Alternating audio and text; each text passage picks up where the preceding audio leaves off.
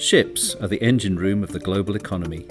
They carry raw materials, commodities, fuel, food and finished products all over the world, linking global markets with the people they serve.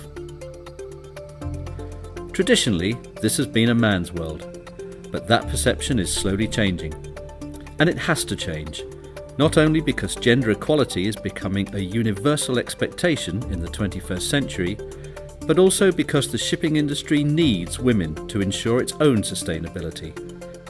To help promote the advancement of women in shipping, the World Maritime University, in partnership with its parent organisation IMO, sponsored an international conference in Malmö, Sweden during the spring of 2014.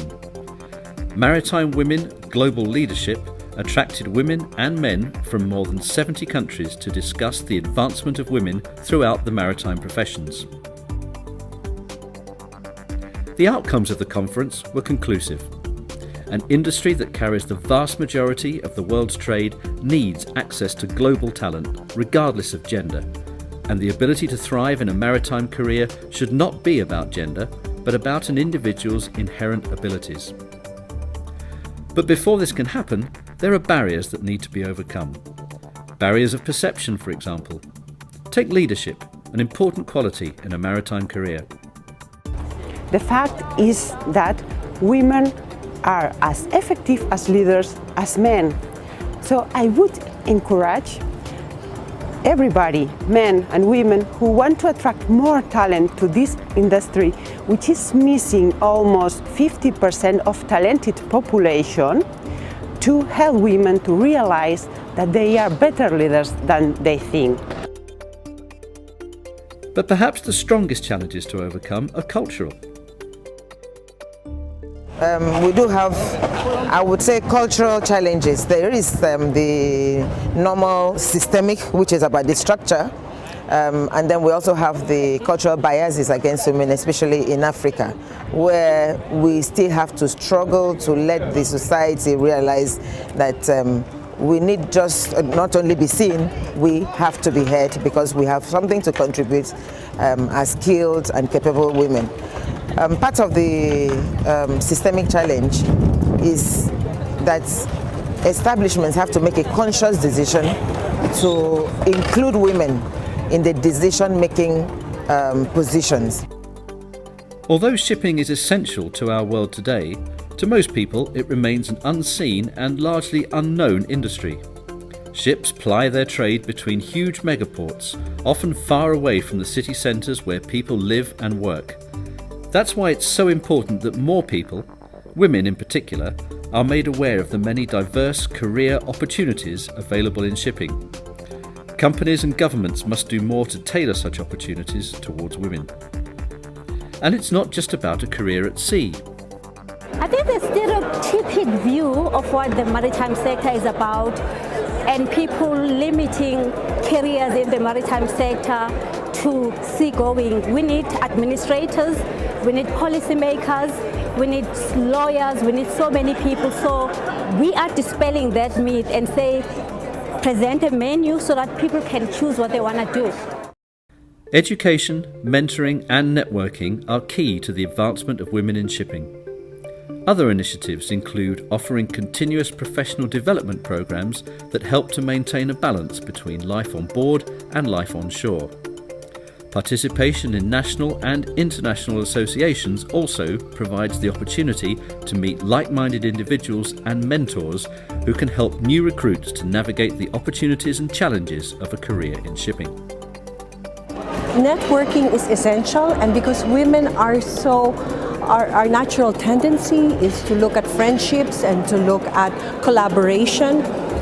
It's a very important part of our journey towards discovering who we can be and realizing our full potential. One of the most important factors in achieving social, political and economic equality between men and women is to ensure parity in education at all levels, and that includes educational opportunities within the maritime sector. I think education actually is a must for women in order to develop their careers. Education, in particular university education, I would say gives women confidence, It introduces them to other women who are aspiring to do more and to do more and different things. And it really introduces them to the leaders of today, but allows them to meet the leaders of tomorrow. So education for everyone is essential, and for women in particular, I believe it's necessary, and I'd say post-secondary education. But despite the progress that has been made, access to secondary and university level education for women remains highly unequal. The World Maritime University has been working diligently to change this through increased participation of female students in its programs, improving the gender balance within its faculty, and organising conferences, workshops and research projects on gender equality issues. Through strategic recruitment efforts and with critical donor support, 744 women from 93 countries have graduated from the World Maritime University and are filling important roles within the maritime sector. My study at the World Maritime University was really very enriching for me, because it helped me to learn about the maritime sector, which I had no idea was so wide.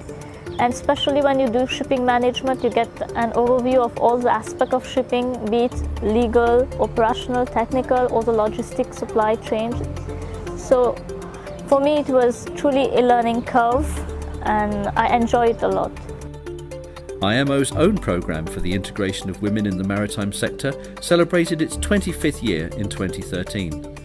The programme continues to support the participation of women in both shore-based and seagoing posts with the slogan Training, Visibility, Recognition.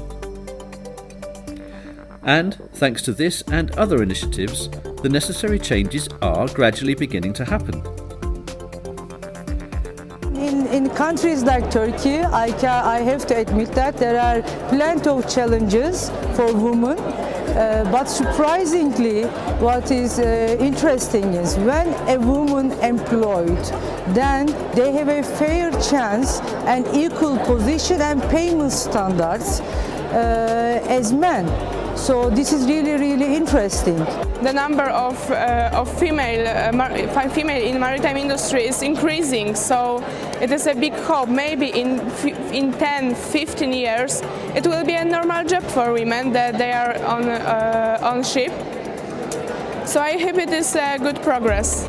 To meet the demands of a growing global economy and to meet the ever-increasing need for new, young professionals to sustain the maritime sector, gender equality makes economic sense.